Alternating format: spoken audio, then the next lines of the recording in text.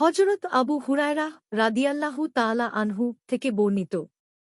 তিনি বলেন, দরিদ্র মুহাজিরগণ রাসূলুল্লাহ সাল্লাল্লাহু আলাইহি ওয়াসাল্লামের নিকট হাজির হয়ে আরজ করলেন, হে আল্লাহর রসূল!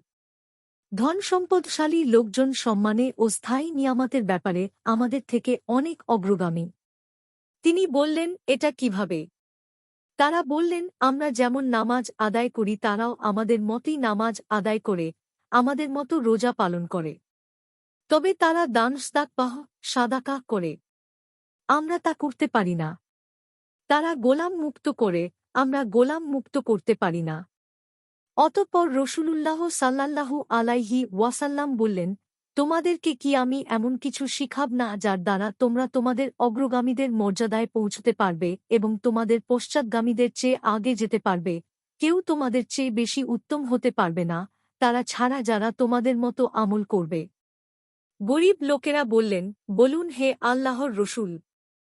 রাসূলুল্লাহ সাল্লাল্লাহু আলাইহি ওয়াসাল্লাম বললেন, তোমরা প্রতি নামাজের পর সুবহানাল্লাহ, আল্লাহু আকবার, আলহামদুলিল্লাহ ৩৩ বার করে পড়বে।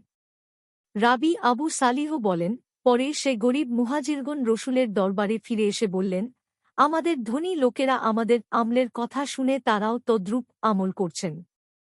রাসূলুল্লাহ সাল্লাল্লাহু আলাইহি ওয়াসাল্লাম বললেন, এটা আল্লাহ তাআলার করুণা, যাকে ইচ্ছা তা দান করেন।